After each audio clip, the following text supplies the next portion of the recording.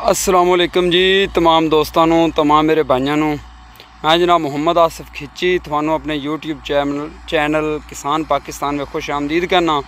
तो दोस्तों जिमें कि तुसी देख रहे हो जनाब दोस्त 4 व्हील 4x4 85 नू लेज़र ते लगाया हुआ है। तो इनकी परफॉर्मेंस कैसी है या इन्हें के वास्ते लेज़र ते इनू लगाया है तो 2 व्हील या 4 व्हील का कोई फर्क इन्हें देखा आप गलबात करांगे ड्राइवर नाल। ते परफॉर्मेंस तुसी दोस्तों देख रहे हो जी।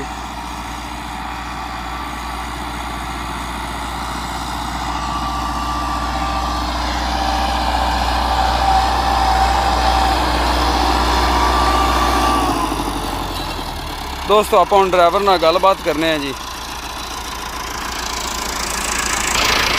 अस्सलाम वालेकुम जी भाईजान, क्या हाल चाल है?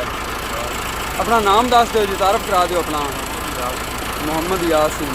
अच्छा यासीन भाई, ये अक्सर दोस्त जो ना 2 व्हील 85 अगे लाई फिरते होंगे या रूसी, ये तुसी माशाल्लाह 4 व्हील लाया हुआ है।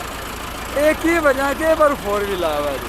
4 व्हील की वजह सादा रहता है, 4 व्हील लाता हौला हो जाए, ट्रैक्टर हौला चलता है। हाँ जी, बारे जगह लगाइए, लगाइए, लोड आराम ठीक हो गया।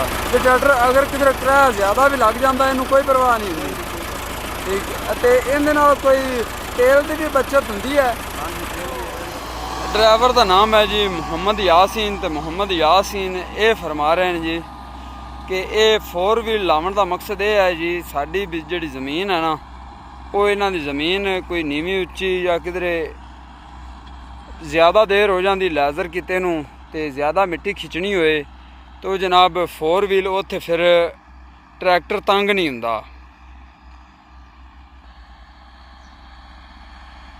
और जदों 4x4 दोस्तों चलता है ना ज़मीन विच, तो ये फिर स्लिप नहीं कटदा। स्लिप ना कड्डण दी वजह तो इनकी फ्यूल कंजम्पशन भी जिहड़ी है वो अच्छी हो जाती है।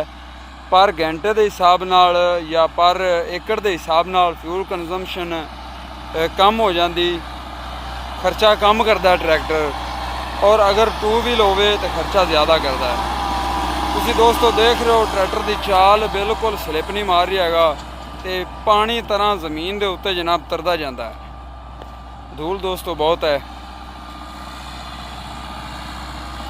ये दोस्तों 85 मॉडल है जी 2020।